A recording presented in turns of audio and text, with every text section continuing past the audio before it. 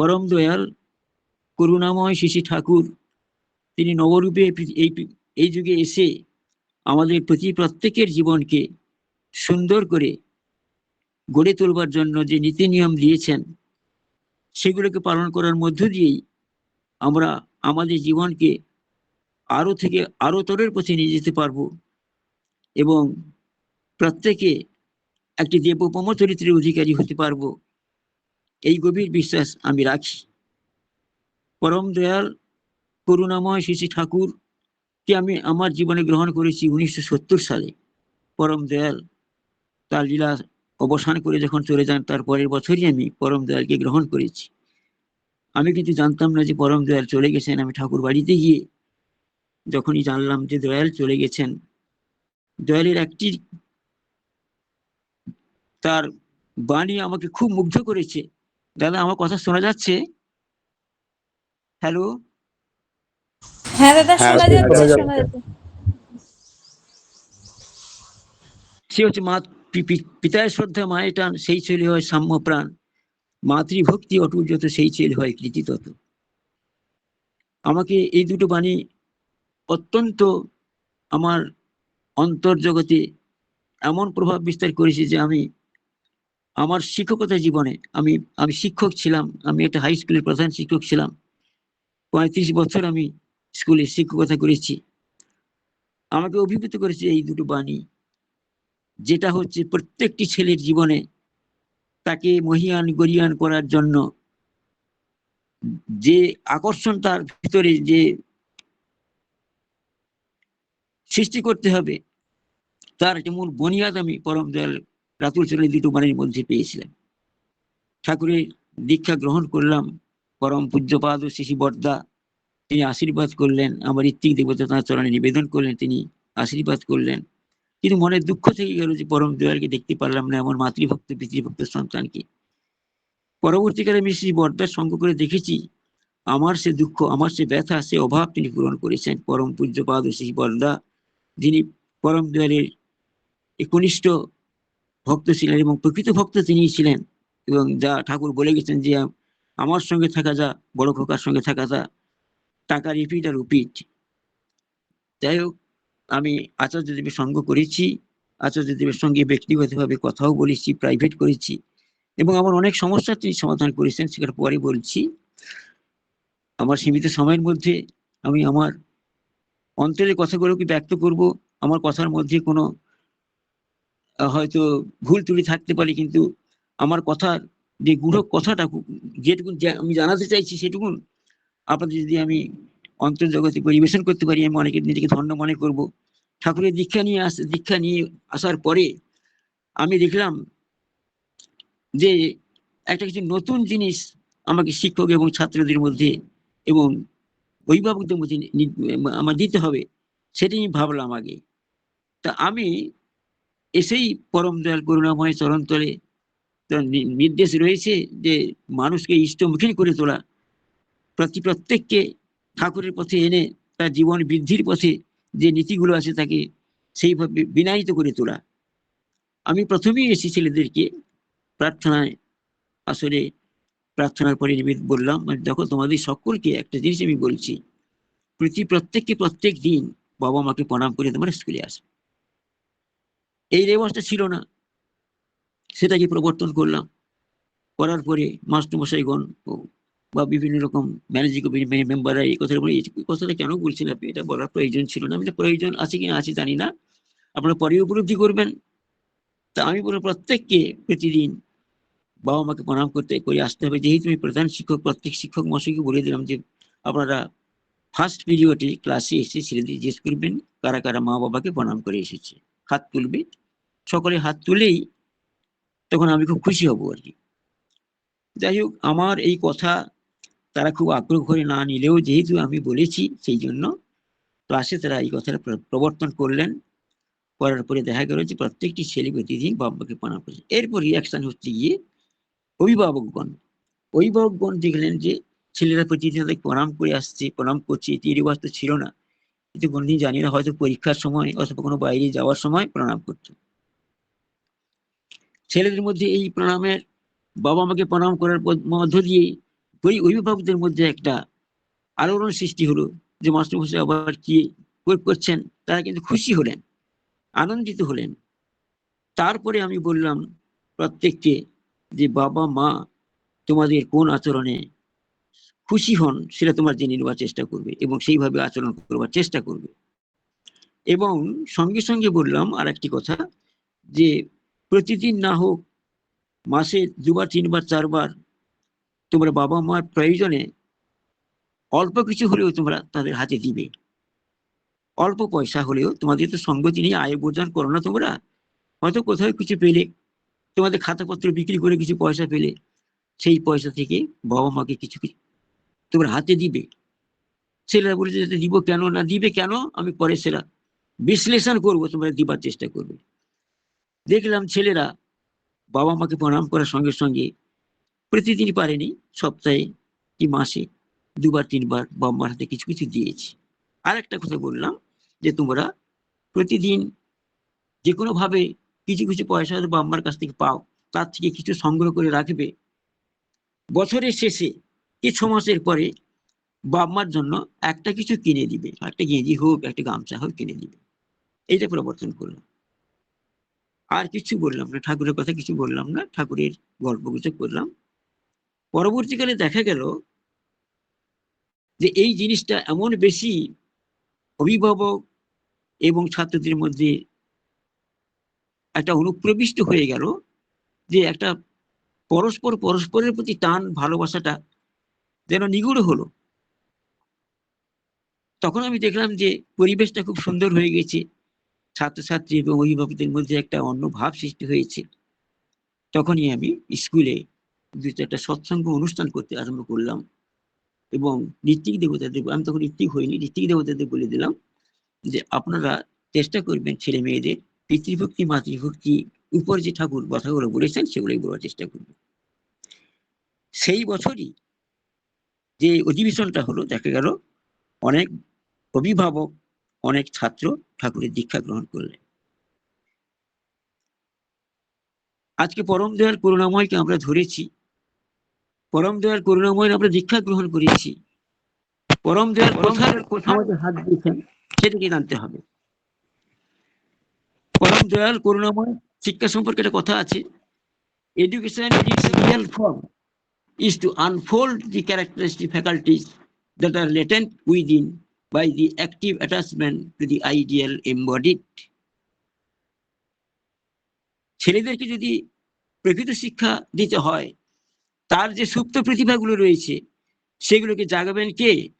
সেগুলোকে জাগাবার জন্য প্রয়োজন একজন জীবন্ত সদ্গুরু। জীবন্ত সদ্গুরুর প্রতি অ্যাটাচমেন্ট তাদেরকে জীবনে বড় করবার একটা বড় সোর্স, এইটা তাদের মধ্যে দিতেই হবে। সেটা বুঝেছিলাম আমি। পরবর্তীকালে দেখা গেল সেখানে অনেক দীক্ষা হলো, ঠাকুরের প্রতি আদর্শ, ঠাকুরের জীবনচর্যা তারা জানবার চেষ্টা করলেন, জানাবার চেষ্টা করা হলো।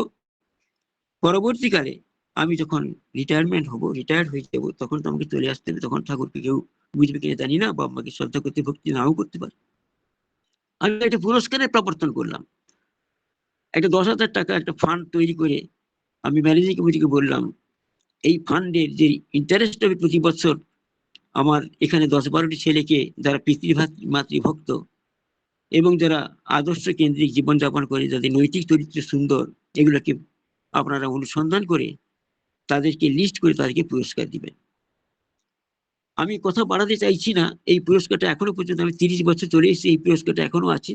সেই অঞ্চলে অনেক মাতৃভক্ত সন্তানও যেমন গড়ে উঠছে, তেমনি ঈশ্বর প্রেমিক, ঠাকুরের প্রতি নিষ্ঠা এবং ভক্তি সম্পন্ন অনেক ছাত্রছাত্রী গড়ে উঠেছে এবং সেখানে একটি কেন্দ্রও তৈরি হয়েছে, ভারতের সৎসঙ্গ কেন্দ্র। পরম দয়াল করুণাময় তিনি এসেছেন পূর্ব অবতারকারীগণের পরিপূরণকারী হয়ে। আমরা অনেক দেবদেবীর পূজা করছি, আমরা অনেক পূর্ববর্তী অবতারের পূজা করছি, আমরা ঠাকুর অনুকূল চন্দ্রের পূজা করছি না, আমরা বিবর্তনবাদ মানছি না, বিবর্তনবাদ মানি না, কারণ যারা পূর্বে এসেছিলেন পূর্বতনে মানে না, যারা জানিস বিষয় বৃচ্ছ তারা, আর না ধরে পেরিয়েছি বর্তমানে অন্ধতময় হয় প্রাণ। পূর্বতনকে মানতে হবে ঠিক, কিন্তু পরবর্তী যিনি এসেছেন তাকেও মানতে হবে। এইটি হচ্ছে কি ইভলিউশন থিওরি, বিবর্তনবাদ। এটা না মানলে আমি যে যুগে জন্মগ্রহণ করি সেই যুগের উপযোগী হয়ে আমি বাঁচবার লোয়াজিমা পাবো না। তাই বিবেকানন্দ বলেছেন যে জীবনটাকে অনুসরণ করে চলো। জীবন্ত জীবন্ত অবতার যিনি, জীবন্ত আদর্শ যিনি, তাকে অনুসরণ করার মধ্য দিয়ে তোমার জীবন, তোমার চলনা, তোমার চরিত্র গঠন হবে। তিনি বলেছেন old forms of religion are like skeletons of the mighty animals that are preserved in the museum. They should be regarded with due honor, but they cannot satisfy the true cravings of the soul for the highest, as a dead mango tree cannot satisfy the craving of a person for a bunch of luscious mangoes. তার বাংলা হচ্ছে গিয়ে পুরাতন ধর্মের যে রূপ সেগুলো জাদুঘরে রাখা বড় বড় জন্তুর কঙ্কালের মতো, তাকে যথাযোগ্য সম্মান দিতে হবে। কিন্তু তারা আমার উচ্চ আদর্শে জীবনকে ন্যস্ত করে চরিত্র গঠনের জন্য যে লোয়াজিমাত্রা দিতে পারবে না। যেমন করে একটি মৃত আম গাছ, তার কাছে গেলে আমাকে আম দিতে পারবে না, আমায় আম খাওয়ার আকাঙ্ক্ষা পূরণ করতে পারবে না। তাই আমরা মানুষ প্রয়োজন, নররূপী নারায়ণ, যিনি সুখে দুঃখে কইবেন কথা, জীবন তোলার কর্ণধার। তাই জীবন্ত সদ্গুরুকে প্রয়োজন আছে আমাদের। আজকে আমরা যে যুগে বাস করছি সেই যুগটা হচ্ছে বিজ্ঞানের যুগ, বিজ্ঞান মনস্কের যুগ, যুক্তিবাদীর যুগ। পরম দয়াল করুণাময় প্রত্যেকটি কথা যুক্তিসঙ্গত এবং বিজ্ঞান সম্মত। পরম প্রেমময় ঠাকুর অনুকূল চন্দ্র সম্পর্কে 1925 সালের ইয়াং ইন্ডিয়ায় মহাত্মা গান্ধী একটা কথা বেরিয়েছিল, I have seen many great men in the world, but I have never seen a man with such extraordinary caliber, extraordinary faculties in all respects as lovely as Shri Thakur অনুকূল চন্দ্র। মহাত্মা গান্ধী বলেছেন, আমি বিশ্বের অনেক মহান মহান ব্যক্তিকে দেখেছি, কিন্তু ঠাকুর অনুকূল চন্দ্র, যিনি এক্সট্রাঅর্ডিনারি ফ্যাকাল্টিজ, সব ব্যাপারে সব বিষয়ে যে অত্যাধুনিক অত্যাশ্চর্য একটি গুণের অধিকারী, আমি আমার মানুষ দেখিনি। তো তাকে আমরা চিনবার চেষ্টা করতে হবে, চিনবার না চিনলে তো আমরা তাকে বুঝতে পারবো না। তাই আজকে আমার জীবনচর্যা, আমার জীবন চলনা, তাকে যদি সুন্দর করতে হয়, তাকে যদি বিনায়িত করতে হয়, আমার এই প্রবৃত্তি তাড়িত জীবনকে যদি নিয়ন্ত্রিত করতে হয়, তাহলে আমার একজন লিভিং আইডিয়াল দরকার। A man is shaped and fashioned by what he loves. আমি আমার মা বাবাকে ভালোবেসে যদি চলতে পারি, আমি আমার মা বাবার মতো করে হতে পারবো। পিতা মাতা গুরুজনে শ্রদ্ধা ভক্তি যাই রাখো না, ইষ্টানুগ না হলে কিন্তু আসবে না সম্বর্ধনা। আমি বাবা মাকে ভালোবাসতে পারি, বাবা মার আদর্শ অনুসরণ করে জীবন গড়তে পারি আমি, সেটা আমার উচ্চ আদর্শে যাওয়ার জন্য প্রাথমিক সোপান। আমি বাবা মাকে অগ্রাহ্য করি, বাবা মাকে অশ্রদ্ধা করি, কোনোদিন বড় হতে পারবো না। তাই পরম দয়াল করুণাময় ঠাকুর এই দুটো বাণী দিলেন, পিতায় শ্রদ্ধা মায়ের টান সেই ছিল সাম্য প্রাণ, আর মাতৃভক্তি অর্জিত সেই ছিল কীর্তিত। তাই আমি যত দেব দেবতার পূজা করি, মায়েরা আমার যত বার ব্রত করুন না কেন, স্বামীকে উপেক্ষা করে কোনো ব্রতই আপনার সার্থক হবে না। কোনো দেবতা তুষ্ট হবে না যদি আমি বাপ মাকে তুষ্ট করতে না পারি। পিতরি প্রীতিমা পণ্যে প্রিয়ন্তে সর্বদেবতা। তাই তিনি গৃহী হয়ে এদিকে এলেন। রামকৃষ্ণ পরমহংসদেবের পরবর্তী অবতার তিনি রামকৃষ্ণদেব যখন গেলেন, তিনি বলছিলেন পার্শ্বদের সব জ্ঞান দিচ্ছেন, আমি আবার আসছি।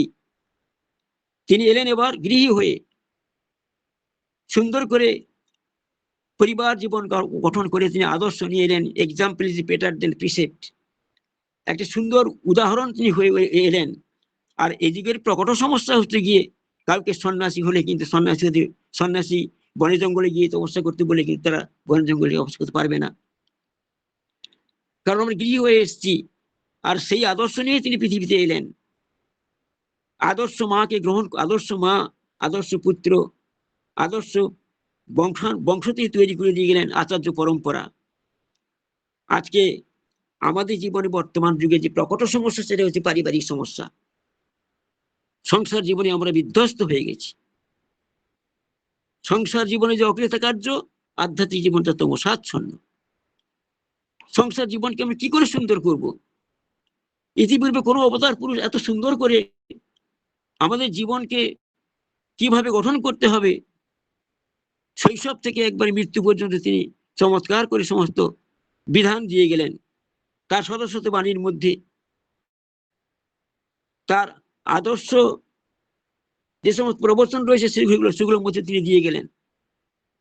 সেগুলোকে পড়ে, সেগুলোকে জেনে আমি আদর্শ পিতা হতে পারি, আদর্শ মাতা হতে পারি, আদর্শ পুত্র হতে পারি আমি। আর তার জ্বলন্ত উদাহরণ তিনি দিয়ে গেলেন। তিনি শুধু বলে গেলেন না, my life is my materialized maxim. তাই তাকে না গ্রহণ করে এ যুগে আমি অচল, এ যুগে আমি অযোগ্য, অকর্মণ্য, আমি চলতে পারবো না। তাকে ধরে চলতে, তাকে ছেড়ে চলতে গেলে চলতে তুমি পারবে না। চলার মাঝে ব্যর্থ হবে, পথ খুঁজে তুমি পাবে না। তাকে নিয়ে চলতে হবে। তাকে গ্রহণ করে, তার দীক্ষা গ্রহণ করে আপনাকে চলতে হবে। দীক্ষা গ্রহণ করবো কেন? দীক্ষা নেওয়ার প্রয়োজনীয়তা কি প্রয়োজন আছে? আমি একটি শিক্ষক, ইঞ্জিনিয়ার, ডাক্তার, আমার জীবনে যদি দক্ষতা আছে, এফিসিয়েন্সি আছে, তবে আমি জীবনে সুন্দর করে আমার বসকে খুশি করতে পারবো। সে এফিসিয়েন্সি আসবে কি করে? সে এফিসিয়েন্সি আসবে, সেই দক্ষতা আসবে আমি দীক্ষার মধ্য দিয়ে। পরম দয়াল করুণাময় শ্রী ঠাকুর তিনি ম্যাট্রিক পাস করেননি, এন্ট্রান্স পাস করেননি, অথচ সর্বজ্ঞ পুরুষ, সর্ববেত্তা পুরুষ। তার কাছে দার্শনিক, সাহিত্যিক, বৈজ্ঞানিক, কত কত মহারথী সব এসছেন। এসে তার কাছে যা জেনেছেন, যে তাদের যে শিক্ষা, তাদের যে বিদ্যা বুদ্ধি, তার কাছে পরম দয়ালের কাছে ম্লান হয়ে গেছে। তিনি সর্বজ্ঞ পুরুষ। অঙ্ক জানা মানুষ এসে তিনি দেখেছেন যে তিনি অঙ্কে বিশারদ। দার্শনিকরা এসে দেখেন তিনি দর্শনে বিশারদ। বিজ্ঞান মনস্ক মানুষ এসে তা দেখেছেন যে তিনি পরম বৈজ্ঞানিক। আপনারা সবাই জানেন, আমি ডিটেলসে যাচ্ছি না, আপনার বিদগ্ধ মানুষ, আপনাদের অনেক কিছু জানা আছে। আজকে সারা ভারতব্যাপী মানুষের জন্য এই অনলাইন সৎসঙ্গ সবাই শুনছেন। তার জীবনে তিনি যে পাবনাতে কোটি কোটি টাকা সম্পদ গড়েছিলেন, তিনি পাবনা থেকে কোটি কোটি টাকা সম্পদ ছেড়ে তিনি দেওঘরে 1946 সালে এলেন। তিনি এসে রিক্ত হস্তে এসছেন, মাকে কিছুই আনতে দেননি। তা তিনি রিক্ত হস্তে এসে এখানে আবার তিনি কোটি কোটি টাকার সম্পদ তৈরি করলেন।